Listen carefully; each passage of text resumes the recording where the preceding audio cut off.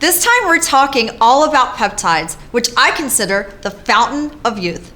I'm breaking it all down, along with how to deal with toxic people. So buckle up because party's over. Externally, I wanted to look a certain way, but internally, I wasn't happy. I've had so many procedures, so many treatments, more than I can count. I started to really focus on doing things for my body that made me feel good. I decided to write my book to share this knowledge, and people have really resonated with it. And that night at 5 in the morning, there's a girl at the front door. I was able to figure out what a narcissist was because I was married to a narcissist. There's some stuff in there I'm very surprised that you're talking about. I can spot the red flags now from a mile away. I want the viewers in my show to walk away feeling great about themselves and feeling empowered. I'm going to incorporate my story as well in the show, but I also am very interested in learning about other people's stories. I love your honesty and your genuineness. That's what makes you so authentic and real and why people want to talk to you. Watch Party's Over. It's going to be fun, informative. We're going to have a great time. Party's over.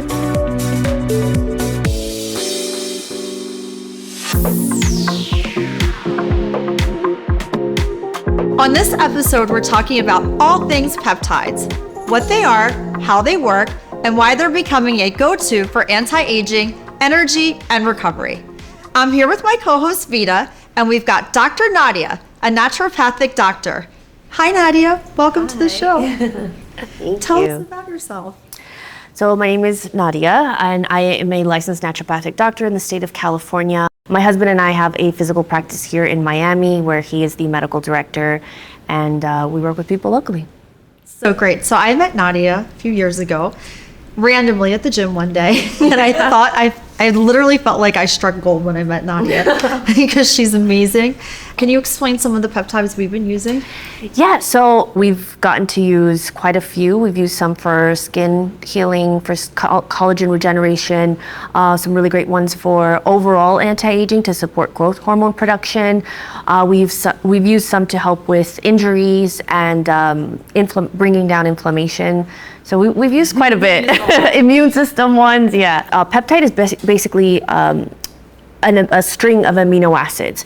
And so with the peptides that we're talking about that you inject, they are specific combinations that are going to have a specific function in the body. So it's basically like a signal. And so you can ingest them or inject them? You can ingest them, you can inject them, you can apply them topically, which that's becoming a bigger thing now, especially with some of the ones that regenerate collagen, because you can't get that in an injectable form anymore.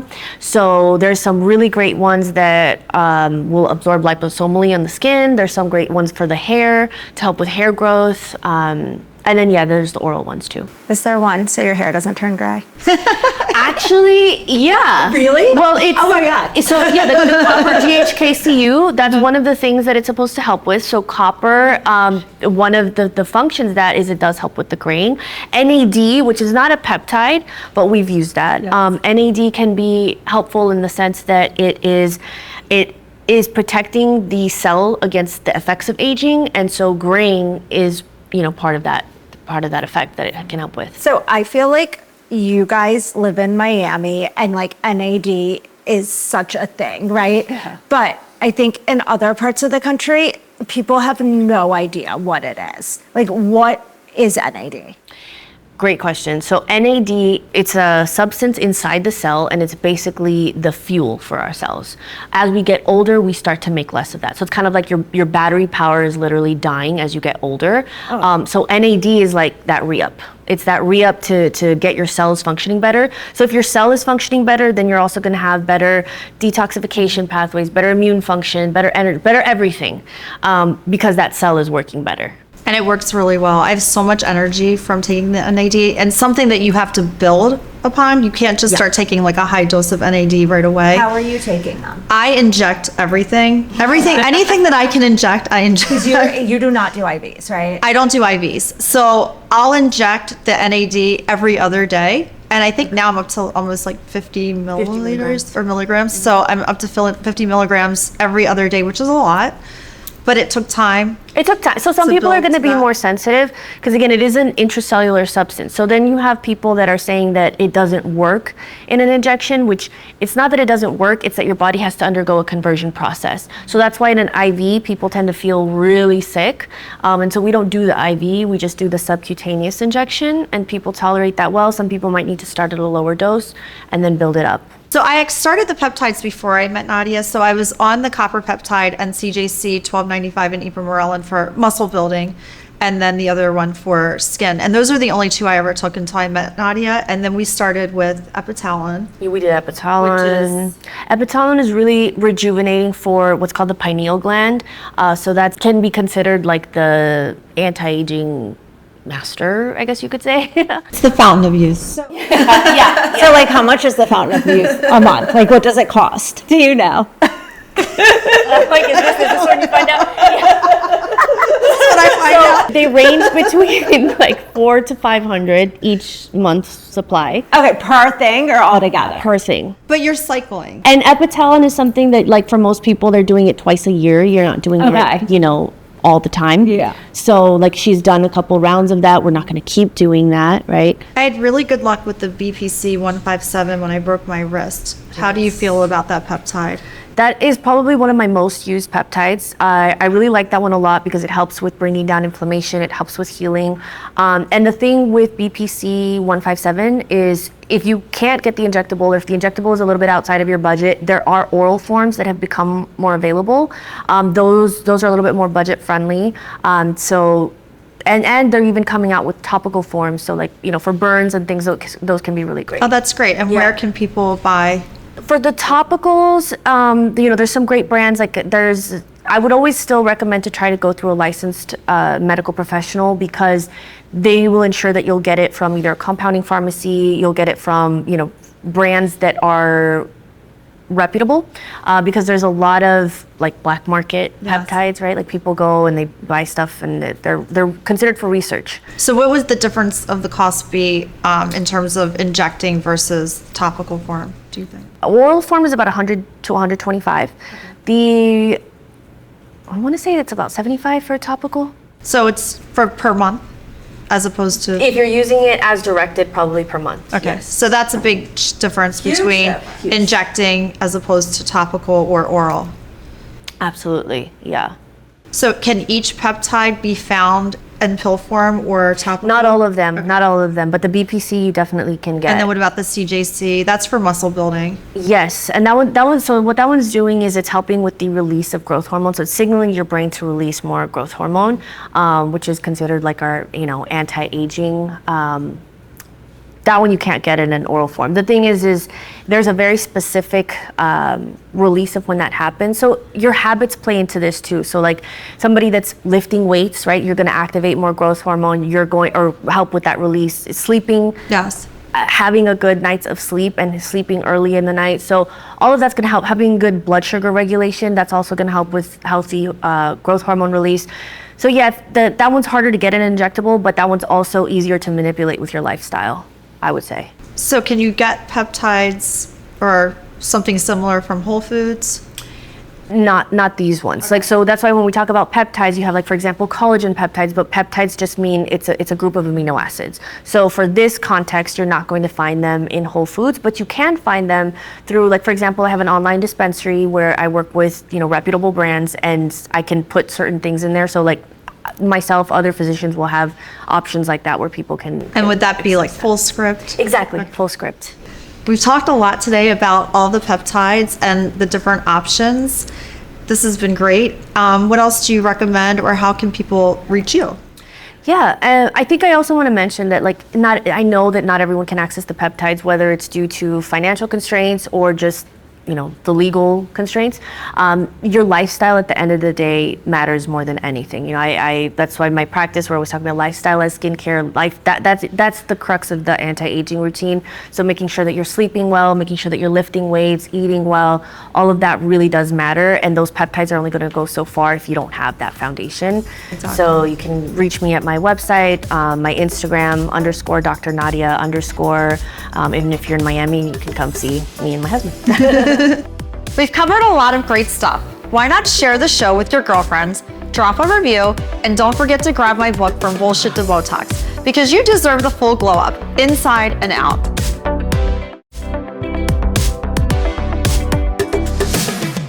Let's shift gears. It's time to talk about toxic relationships. Sandra, what is a toxic relationship? I feel like this is one of those like Insta terms, like toxic relationship. What is it? I think a toxic relationship is one where you're in a situation where it feels really bad. You feel bad all the time. You feel bad about yourself. There's so many question marks. And it's just not a good feeling to be around either your significant other that's toxic, or a friend that's toxic, or you're in a toxic work environment. So you were in a toxic relationship. Yes. I mean, you've been in a couple, like with your spouse, with the foursome. Okay, pick one. Pick one and tell us about it. We'll start from there. Okay. I was in a toxic friendship relationship for years. We had a group of 4 girls from college. And in the beginning, we all started on the same playing field. Everything was great. And then over time, 2 of the girls were very jealous of myself and one of the other girls. And it just was never a good situation. Like, always nasty comments, always made us feel bad about ourselves if the 4 of us were together. It was just never good. Always picking on one of us. And to me, that's toxic. That's a toxic environment. I completely agree. I think that with friendships, there's also toxic friendships that are like bad influence friendships, Yes. right? They're well-intentioned. So like yours was malintentioned, right? Yes. But I think that there's relationships where the bad behavior feeds off of each other, whether it's like drinking or partying or even like gossiping, right? Like we all have that friend where this like dirty little side of us comes out, right? And what do you do about it? Like, do you get rid of them, or do you just try to realign the friendship? Like, what's the answer? I think you try to realign the friendship. I think you set your boundaries and you make a decision. Like, let's say that you have a drinking partner and then you decide you don't want to drink any longer. Yeah. Do you really want to cut off that friendship with the person, or you just want to set your boundaries and just simply say, I don't really drink anymore? And if you set your boundaries, you might like not have the friendship anymore. You might. So like I did this thing. I mean, I know you're very anti-alcohol. I sway. So I went through this thing last year where I was like, I'm gonna take 3 months off drinking altogether and just see how I feel, how do I look, right? And I feel like I lost friendships in it, which is like really pathetic. Friendships? Yes, which is so insane. Like random people didn't want to hang out with me because I wasn't boozing with them, which shows that was a toxic relationship, but I didn't even have to do anything to end it. It just like naturally evolved because my bad behavior ended and the common denominator was the bad behavior. You were no longer a partner in crime. I was no longer fun. You know, and I think you are very much who you associate with. So if you're 100%. associating with toxic people that are bringing you down all the time, you are the sum of those parts. Well, you can't grow as a person if you are in a toxic relationship or a toxic friendship. And you really can't love yourself, because loving yourself, you wouldn't want to be around that, or you wouldn't want to put yourself in that type of situation. I worked with a life coach, and the number one thing that he told me was end these toxic friendships. And that's what I did. Was it hard? It was really hard to end the friendships. It Do you was look hard. back? I don't miss them. And I think part of the reason why I don't miss them is because I don't miss the anxiety that I felt being in that friendship for so Yeah. long. Because I felt if I'm going to dinner with you and I feel anxious, I shouldn't be with you. No, I shouldn't you be in your shouldn't. presence. Or if I feel like something that I've accomplished, I'm afraid to talk to my friends about that, then that's not the friendship for me. So how did you find yourself in the toxic friendship? Because it probably wasn't toxic when you met. It wasn't toxic when I met, but I believe the other 2 girls had really bad childhoods. Okay. Way worse than my childhood was, or the other girls' childhood was. And as you get older, or as they got older, I think that those issues came to light instead of her getting help, she just displayed, I was like her punching bag. Which is not fair to No, you. because I was actually so nice to her all the time. But that's like, I think that sometimes is how you end up in these situations. Like you're so nice that they can get away with abusing you over and over because other people won't stand for being the punching bag. Exactly. So it's like the easy person So to I'm the target. problem, I think, in this situation. So the other girl and I are probably the problem because we allowed the behavior for so long, but the behavior was because of their background and the help that they didn't get as adults. Yeah. So I'm the problem because I should have set my boundaries and said, no, I'm not going to tolerate this, which I tolerated a lot. And then I finally just walked away. What are some red flags in identifying toxic relationships across the board, whether it's employee, employer, parent, child, spousal? Like, what do you think people should look out for? They should look out for just the way the person's treating them and how they feel. If you feel bad about yourself in that situation, then you're in a bad toxic situation. Jealousy, I feel like, is the one thing out of every toxic trait that you cannot cure. You cannot cure It's just a very ugly, ugly beast, right? Yes. And it causes people to do horrible things. Like even if you watch the news, think about all these crimes that are motivated from jealousy, right? Whether be it jealous of like a new spouse or jealous of somebody's, wealth or whatever. So jealousy would be the number one thing to look for. So if you see a twinge of jealousy out of somebody, put your little radar on. I mean, if I had set maybe better boundaries, then she wouldn't have been able to treat me the way that she But did. it shouldn't be on the abusing. No. You can't be like, oh, I should have acted differently so I wouldn't be abused. So I think maybe now I am setting better boundaries. You're setting really good I've boundaries now. learned a lot. I love a boundary. I am like very firm with a boundary.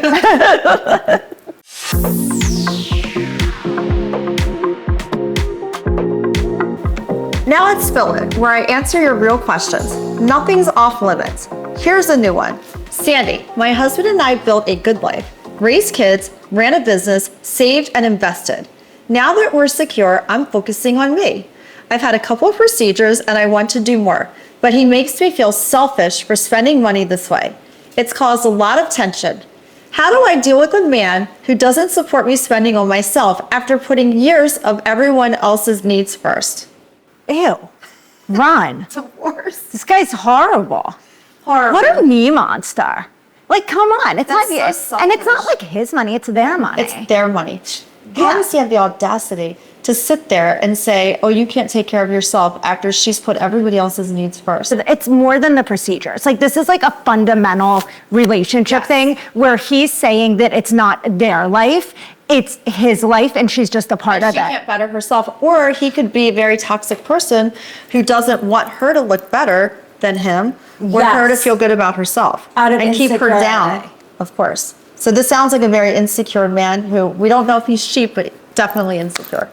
No, I don't like this one bit. I think this says so much. It's like those guys that are like, it's my money. Like, no, it's both of your money. Because you can't allow yourself to be financially dependent on a man because they're going to take advantage of you. And it's going to be a situation like this or even worse. I agree with this. And I think that there needs to be conversations in the marriage about money. And it's like nobody wants to talk about money, but the reality is money is a major issue in marriage, right? So you need to have those conversations with your spouse and have them regularly and be like, this is what I prioritize. This is what you prioritize, and come up with a way to meet in the middle about your spending. The only issue with that is doing it in the middle of the marriage. People make changes. So there could be a situation in the beginning of the marriage where everybody's working, everybody is contributing.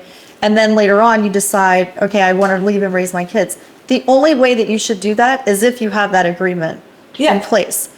But for some women, like this person, she may be in a situation where she wasn't really interested in these procedures, or maybe she didn't spend a lot of money in the beginning of the relationship and now she wants to better herself. So she's kind of flipped the switch maybe a little bit. But in the end, the solution would be do not be financially dependent on a man. I also feel like you can tell in the beginning where the money stuff's gonna go. Like people's personalities about money don't change. It's just the scale of the money changes. But if somebody's like fundamentally not generous, whether they have $500 in their bank account or $500 million in their bank account, that's not going to change their generosity, right? Because they're willing to give a percentage, right? So I think that you need to look at that when you're choosing a spouse. And also, not that you should go after these people with money, but I think that if you know that you want to be a stay-at-home mom, right? So when you're picking your spouse, make sure you're going to be with somebody that supports that dynamic and is going to treat you as an equal. Don't be with somebody that is going to treat you like an employee. Well, that's why you have to have the agreement up front where if something happens to the marriage, everything is split down the middle. Yes. If you're going to be the stay-at-home. And also during the marriage, Right. the money is both of your money. That's the whole You don't have thing. separate accounts, or you do have separate accounts if you want, but you also have a joint account. You have a joint account and it's not his money. Just because you're home doesn't make it his money. It's your family's money. This person writing in would not be writing in right now if she had. Yeah, had she had this conversation early on. All right, everyone, do me a favor and hit that subscribe button and follow me on Instagram at Sandra Lena Silverman for behind the scenes, real talk, and beauty tips that actually work. Remember, you know your reality. Believe in yourself and see you next time.